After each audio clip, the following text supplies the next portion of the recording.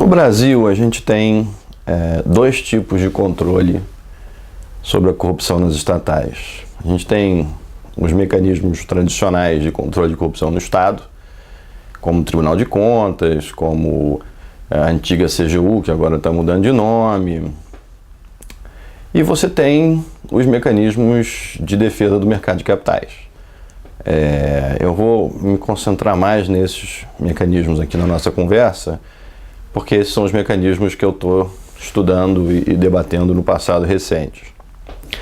Na realidade, eu acredito que o grande problema do controle da corrupção nas estatais e do mau uso das estatais em geral não está no sistema de controle, vamos chamar assim, do poder público. Porque esse existe e funciona na medida do que é possível funcionar. Para mim, o grande problema desse tipo de controle hoje no Brasil está justamente nos mecanismos disponíveis para o mercado de capitais. Existe um sistema no Brasil em que as pessoas se acostumaram que eventuais abusos, exageros dos acionistas controladores, e aí isso é verdade para as estatais, mas também é verdade para as empresas privadas, esse controle fosse feito exclusivamente por meio da atuação da CVM. Existem poucos casos de responsabilidade do controlador em que você tenha conseguido responsabilizar o controlador no judiciário. Por quê?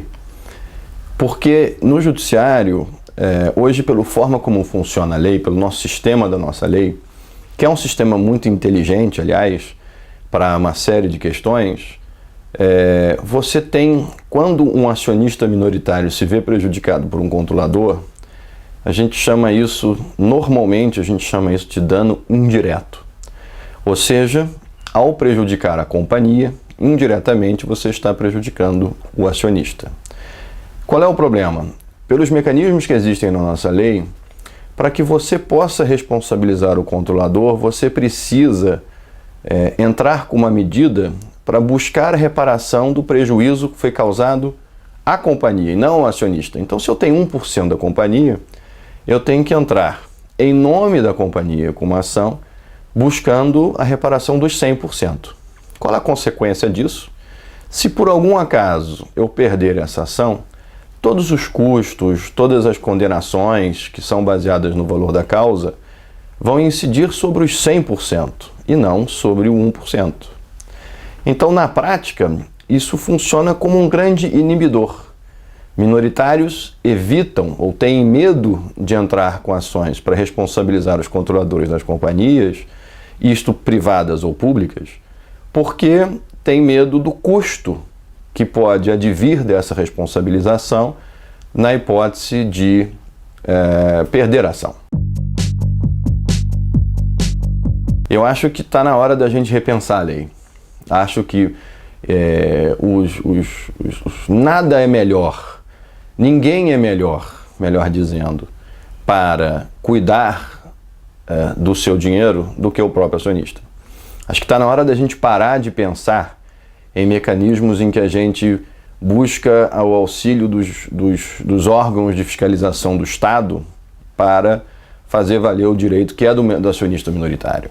Então acho que está na hora da gente dar ao acionista minoritário direitos ou mecanismos que possibilitem esse tipo de indenização, de buscar esse tipo de reparação. Agora, é claro que você também não pode criar um sistema em que você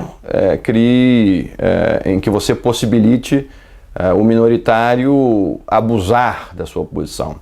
Não é adequado também que você crie um sistema em que os controladores não tenham mais vontade. Imaginem, nós ainda somos um país com muitas companhias fechadas, muitas companhias familiares.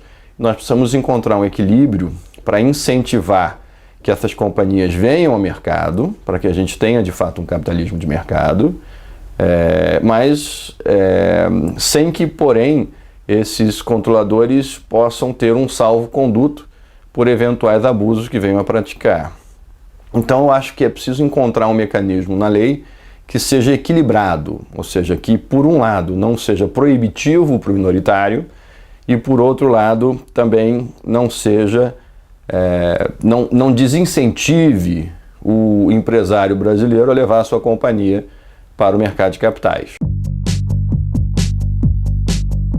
O grande problema, para mim, na minha visão pessoal da corrupção nas empresas estatais, é o excessivo uso político dessas companhias. A companhia acaba sendo tratada como uma companhia sem dono. E a gente sabe que tudo que não tem dono, ou tudo que é tratado como sem ter dono, acaba virando, por consequência lógica, acaba virando de ninguém. Eu acho que o uso político de uma empresa que exerce atividade econômica é o elemento mais fundamental no que a gente está vendo aí de problemas de corrupção. Eu acho que esse uso político deveria ser evitado a todo custo. E isso me parece muito mais até uma questão cultural do que jurídica. Eu sou suspeito para responder isso porque eu sou filosoficamente favorável à privatização. Eu sou filosoficamente favorável a que o Estado se dedique apenas àquelas coisas que ele precisa se dedicar fundamentalmente, como educação, saúde e segurança. E depois dessas coisas estarem resolvidas, o Estado pode começar a pensar em outras mais.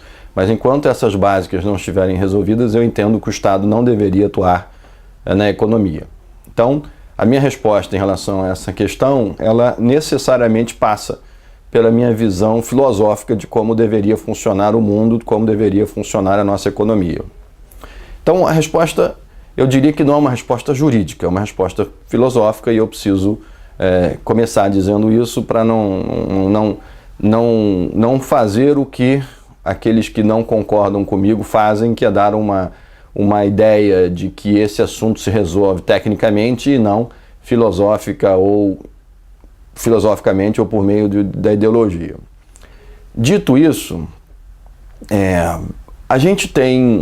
todos nós sabemos que o Estado usa as empresas estatais para uma série de questões.